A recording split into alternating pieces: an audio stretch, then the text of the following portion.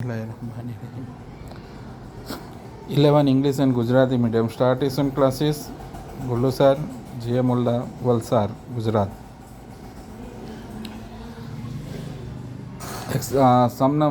Chapter 3 એમાં મોડનો સમજે છે મોડ બહુલક બરાબર. એમાં જો ઇક્વલ ક્લાસ લેન હોય વર્ગ લંબાઈ સરખી હોય અને જો બિગર ફ્રીક્વન્સી મોટી આવૃત્તિ જે છે તે એક જ વાર આવતી હોય ને આ બેમાંથી કોઈ બી એક નહીં થતો હોય તો 3m-2x ઇમ્પિરિકલ આસાદિત સૂત્રથી શોધી શકાય ફોર્મ્યુલાથી બરાબર.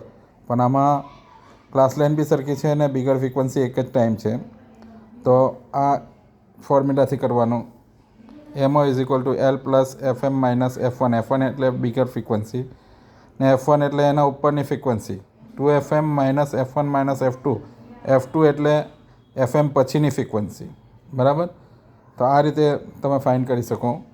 અને ઇમ્પિરિકલ ફોર્મ્યુલા જે છે જેમાં ક્લાસ લેન્થ સરખીની હોય ઓર જે બિગર ફ્રીક્વન્સી છે તે ટ્વાઇસ હોય કે આમાં 14 છે તે 14 જ ટ્વાઇસ હોય ને એનાથી મોટી કોઈ નહીં હોય તો બી તમે આ ફોર્મ્યુલાથી નહીં કરી શકો. ને ક્લાસ લેન્થ ઇક્વલ નહીં હોય તો બી આ ફોર્મ્યુલાથી તમે નહીં કરી શકો બરાબર. તો તહેવાર ઇમ્પિરિકલ ફોર્મ્યુલા આસાદિત સૂત્ર લેવું પડે 3m-2x. તેનો સમ કયો તે બતાવું તમને.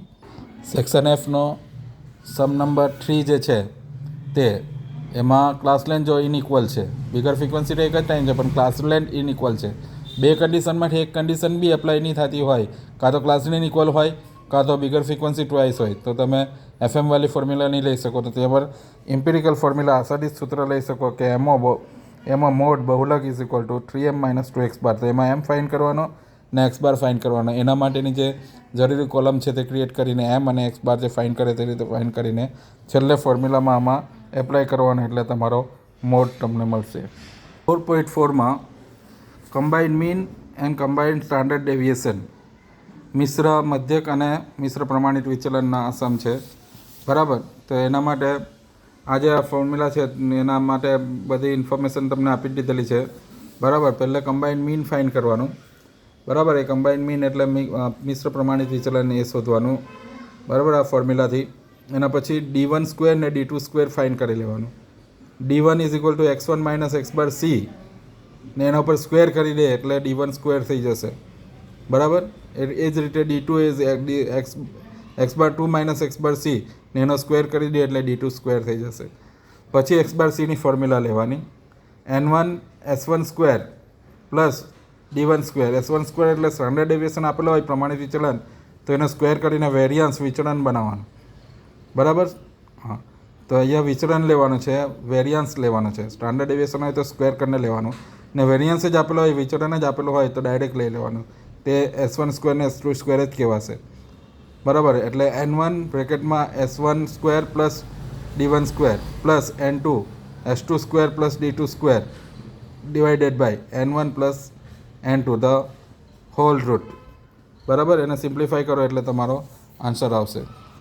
ચેપ્ટર 4 સેક્શન ઈનો સમ નંબર 7 એમાં તમને y = 10 + 3x આપેલો છે બરાબર. ને એક્સના તમને આપેલા છે ક્વોટાઇલ ડેવિએશન રેન્જ આપેલો છે, ક્વોટાઇલ ડેવિએશન આપેલો છે, મીન ડેવિએશન સ્ટાન્ડર્ડ એને વાયમાં કન્વર્ટ કરવાનો છે આપણે બરાબર. તો રેન્જ જે છે તે એક્સનો રેન્જ છે તેને અહીંયા જુઓ તમારા જે ફંક્શન જે છે તેમાં એક્સને 3થી મલ્ટીપ્લાય થયેલો છે. 10 કે કંઈ બી હોય -+ એના સાથે કોઈ કન્સિડર નહીં મળે. જે સ્કેલ ચેન્જીસ છે એ એટલે કે મલ્ટીપ્લાયમાં ગુણાકારમાં જે હોય એ જે થયેલો હોય તે તમે એના બાકીના જે આપેલા છે તમને રેન્જ, વિસ્તાર, ક્વોટાઇલ ડેવિએશન, મીન ડેવિએશન બરાબર, ચતુર્થક વિચલન ને સ્ટાન્ડર્ડ ડેવિએશન પ્રમાણિત વિચલન એ બધાને તમે 3થી મલ્ટીપ્લાય કરી નાખો, ગુણી નાખો 3થી એટલે તમારા વાયના બની જશે બરાબર. એટલે standard range of y = range of x × 3 બરાબર. Quartile deviation of y = 3 × quartile deviation of x. એ જ રીતના મીન ડેવિએશન તો y = 3 × mean deviation of x ને સ્ટાન્ડર્ડ ડેવિએશન તો 3 × સ્ટાન્ડર્ડ ડેવિએશન ઓફ x એટલે તમારા વાયના બની જશે. ચેપ્ટર નંબર 6 એમાં એક્સરસાઇઝ 6.1માં sum number 2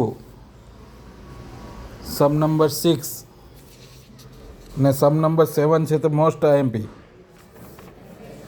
sum number 8 A B IMP છે, બરાબર. સમ નંબર 9 એવો સમ હોઈ શકે. સમ નંબર 13 6.1માં જ. સમ નંબર 13, સમ નંબર 12, બરાબર, એ ધ્યાનથી કરવાના છે સમ નંબર 15 ને સમ નંબર 7 એ સમ નંબર 16 જે છે તે મોસ્ટ આઈએમપી છે. સમ બિગર છે પણ ગણવાનો બહુ ઇઝી છે. મેં નોટમાં ઇઝી વે કરાવેલો છે, જોઈ લેવાનો એ સમ. કે 6.2માં સમ નંબર 8 એ મોસ્ટ આઈએમપી છે. Sum number 8. એના પછી સમ નંબર 10. સમ નંબર 10 પછી 12 જે છે તે મોસ્ટ આઈએમપી સમ છે. 12 ને 13 એ મોસ્ટ આઈએમપી સમ છે. 6.3માં ક્વેશ્ચન 2 છે તેનો ફર્સ્ટ વન એ મોસ્ટ આઈએમપી છે. ફર્સ્ટ વન ને ક્વેશ્ચન 3 જે છે એ બી આઈએમપી સમ છે. ઓકે, આ ચેપ્ટરમાંથી આટલા સમો કરવાના. Best of luck.